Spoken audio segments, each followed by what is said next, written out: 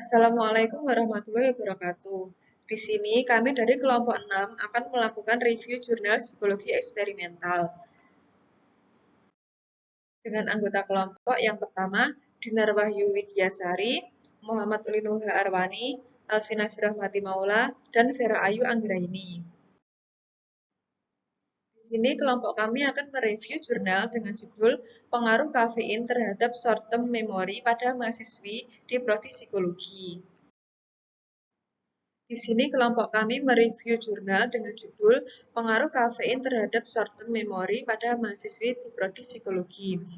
Penulisnya yakni Tursina Aminah dengan identitas jurnal Program Studi Psikologi Fakultas Kedokteran Universitas Malikus Saleh, volume 2, nomor 2, Desember 2019.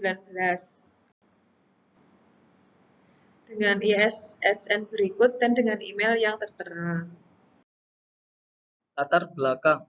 Salah satu kebiasaan yang menjadi tren saat ini adalah mengkonsumsi kopi termasuk di Indonesia. Bahkan di setiap kampung atau desa-desa selalu ada satu atau dua kedai kopi. Kebiasaan mengkonsumsi kopi umumnya dikarenakan oleh berbagai faktor. Salah satu faktor penyebabnya adalah karena kebiasaan yang dilakukan setiap hari, gaya hidup yang berkembang saat ini. Selain itu, penyebab lain seseorang mengkonsumsi kopi karena alasan kesehatan dalam bidang kesehatan. Kopi yang kaya kafein memang memiliki peran penting. Beberapa manfaat kafein bagi kesehatan yaitu meningkatkan tekanan darah, menangkal radikal bebas, dan lainnya. Kafein sudah terbukti mampu meningkatkan memori, mood, dan juga atensi. Kafein juga merupakan antagonis inhibisi presinaptik reseptor adenosin yang memiliki mekanisme kerja yakni untuk menghambat adenosin, menghambat fosfodiesterase, serta meningkatkan pembukaan channel ion kalsium. Kafein memiliki potensi yang lebih besar untuk berikatan dengan reseptor adenosin sehingga dapat meningkatkan memori karena adenosin berpengaruh menghambat aktivitas neural di otak, sedangkan kafein justru meningkatkan aktivitas neural. Otak merupakan organ tubuh yang sangat penting bagi tubuh manusia karena sebagai pusat dari sistem saraf yang mengatur ingatan, gerakan motorik, dan emosi. Kalangan mahasiswa juga sangat menyukai kopi, karena kopi dianggap mampu membantu mahasiswa berkonsentrasi lebih ketika mengerjakan tugas dan mampu membuat mahasiswa terjaga ketika mengerjakan tugas hingga larut malam. Kafein merupakan salah satu stimulan yang paling luas penggunaannya, termasuk di kalangan remaja dan dewasa awal. Mahasiswa yang masih tergolong dalam dewasa awal sangat mudah terpengaruh oleh keadaan lingkungan, terutama dalam pemilihan jenis makanan atau minuman. Kebiasaan mengkonsumsi kopi dapat membentuk suatu pola sikap yang dapat muncul berulang-ulang dalam mengonsumsi pangan tertentu. Ada beberapa penelitian yang menyebutkan bahwa konsumsi kopi dapat meningkatkan kinerja dan memori kerja. Menurut EFSA atau European Food Safety Authority mengatakan bahwa konsumsi secangkir kopi dapat meningkatkan atensi dan performa kerja. Kombinasi dua zat dalam kemasan yaitu kafein dan gula dapat meningkatkan fungsi kognitif dan fungsi dari memori kerja. Penelitian lain yang dilakukan untuk menguji daya ingat subjek penelitian dengan menggunakan 6 daftar yang berbeda, yang terdiri dari 15 kata untuk setiap daftarnya. Setelah 200 mg administrasi kafein setara dengan 2 cangkir kopi. Dari berbagai penelitian terdahulu ini dapat dilihat bahwa kafein yang terdapat dalam kopi dapat meningkatkan kemampuan memori jangka pendek. Identifikasi variabel. Identifikasi variabel penelitian yang terdapat dalam suatu penelitian berfungsi untuk menentukan alat dan teknik pengukuran data yang digunakan. Dalam hal ini, identifikasi variabel pada penelitian ini adalah sebagai berikut. Variabel terkait atau dependent variable Y, yaitu short term memory pada mahasiswa. Adapun variabel bebas atau independent variable yang X, yaitu pengaruh kafein.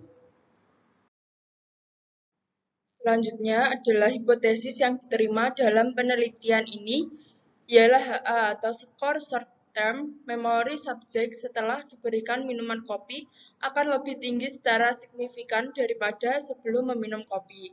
Dari hasil analisis uji hipotesis t-test terhadap 15 orang mahasiswi psikologi Universitas Malikul Saleh dengan usia responden 18-22 tahun menyatakan bahwa kafein memiliki hubungan yang signifikan terhadap daya ingat short-term memory. Selanjutnya yaitu metode. Partisipan atau subjek peneliti dalam jurnal ini ialah mahasiswa prodi psikologi di Universitas Malikul Saleh dengan berjenis kelamin perempuan. Subjek berjumlah 15 orang pada rentang usia responden yaitu 18-22 tahun. Yang kedua yaitu desain yang digunakan dalam penelitian ini adalah one group pretest post-test design. Desain ini hanya melibatkan satu kelompok. Di awal penelitian, pada desain ini pertamanya dilakukan pengukuran terhadap VT yang telah subjek miliki, serta diberikan manipulasi. Pengukuran kembali dilakukan terhadap VT dengan alat ukur yang sama. Selanjutnya yaitu variabel dependent. Dalam penelitian ini, variabel dependennya yaitu short-term memory. Kita perlu mendefinisikan secara jelas apa yang dimaksud dengan short-term memory itu sendiri. Apakah itu diukur dengan tes tertentu, waktu yang diingat, atau parameter lainnya. Data dalam penelitian ini dianalisis dengan menggunakan teknik Paired Sample T-Test untuk menguji pengaruh kafein terhadap short-term memori pada mahasiswa di prodi psikologi itu sendiri. Kemudian prosedur dalam penelitian ini adalah penelitian diawali dengan diberikan instruksi pada soal pretest yang di dalamnya terdapat kisi-kisi untuk menjawab soal pretest dengan lembaran yang berbeda. Setelah instruksi tersebut, responden diminta untuk menghafal selama 3 menit dan setelah 3 menit, lembaran instruksi diambil kembali dan responden diminta untuk menjawab soal pretest sebanyak 15 soal. Untuk post-test juga dilakukan yang demikian, namun dalam bentuk kata yang berbeda. Setelah semua selesai, responden diberikan reward bertanda terima kasih karena sudah bersedia untuk ikut dalam penelitian ini.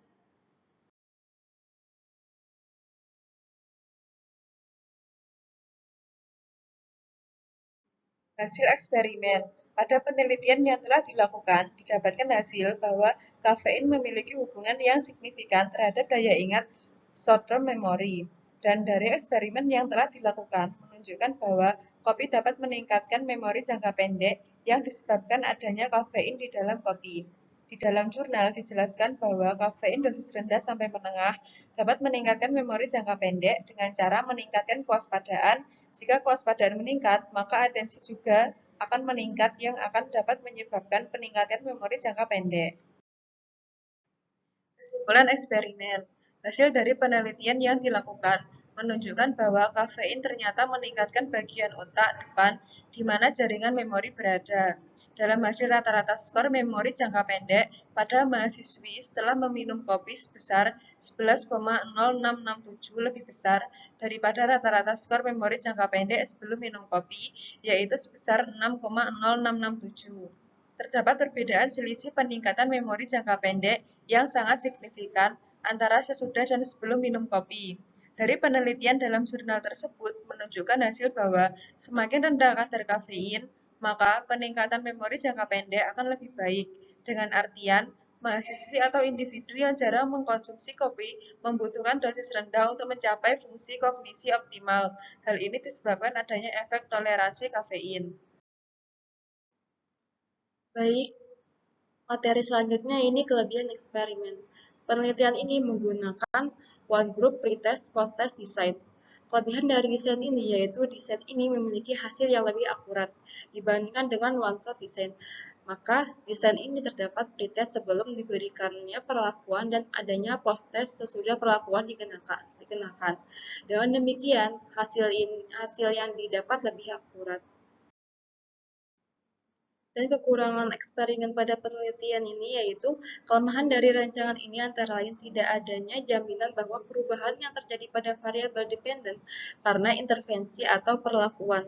Tetapi Perlu dicatat bahwa rancangan ini tidak terhindar dari berbagai macam atau kelemahan terhadap validitas, misalnya sejarah, testing, maturasi, dan instrumen.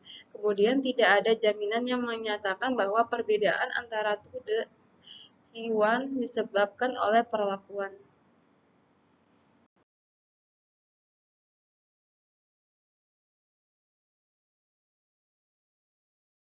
Baiklah, itu tadi pemaparan materi mengenai review jurnal dari kelompok kami.